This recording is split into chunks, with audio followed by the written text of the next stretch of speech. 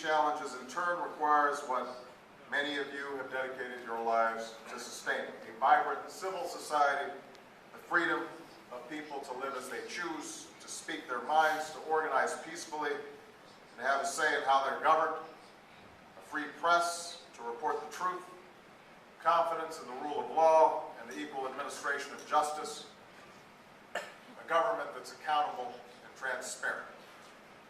We honor all of you for the passion and perseverance that you bring to these causes.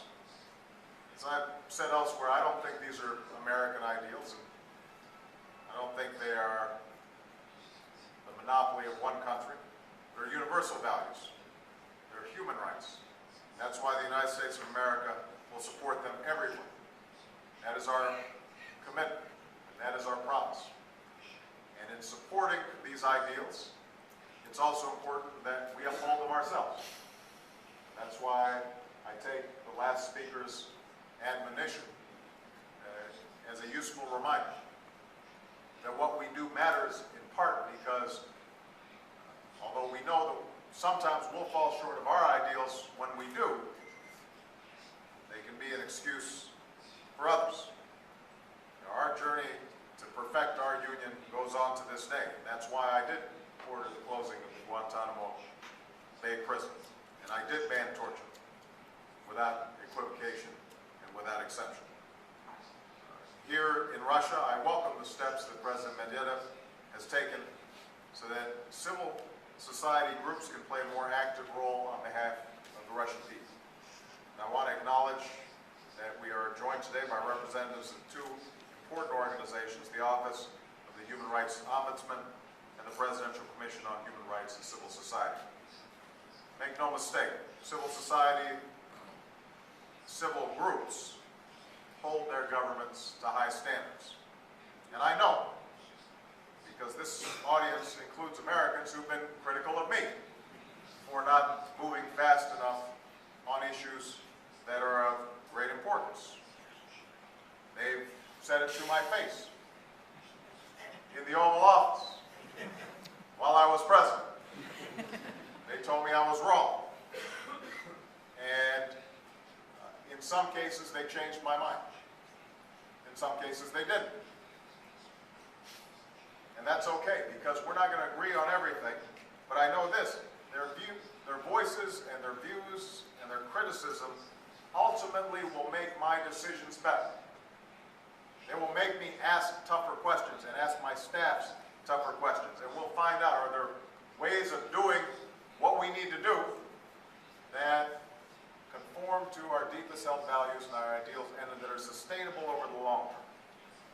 That makes our country stronger in the long term. And I wouldn't want it any other way. So this summit reminds us the fresh starts have to be between more than just two presidents. They have to be between our two peoples, our two societies. They have to be more than just common security, the Cold War weapons we dismantled. It must be about our common opportunity, the future of progress and prosperity that we build together. And I think that the leadership here in Russia, both civil and governmental, understand this. I had lunch with President Medvedev this afternoon, and we started talking about health issues and the continuing high mortality rate among Russian men in particular. And we talked about alcoholism, and we talked about smoking, and we talked about the fact that government programs can be initiated, but to the extent that there's been success in the United States around reducing smoking levels, it's not only a matter of changing laws, it's also been changing attitudes so that people feel that they need to change. They internalize these different attitudes. That's something that civic society can do in a way that government never can.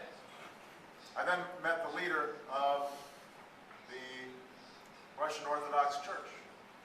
And he talked about how, government exchanges are useful, but religious organizations, they can help melt away the suspicions and mistrust that have built between people over time.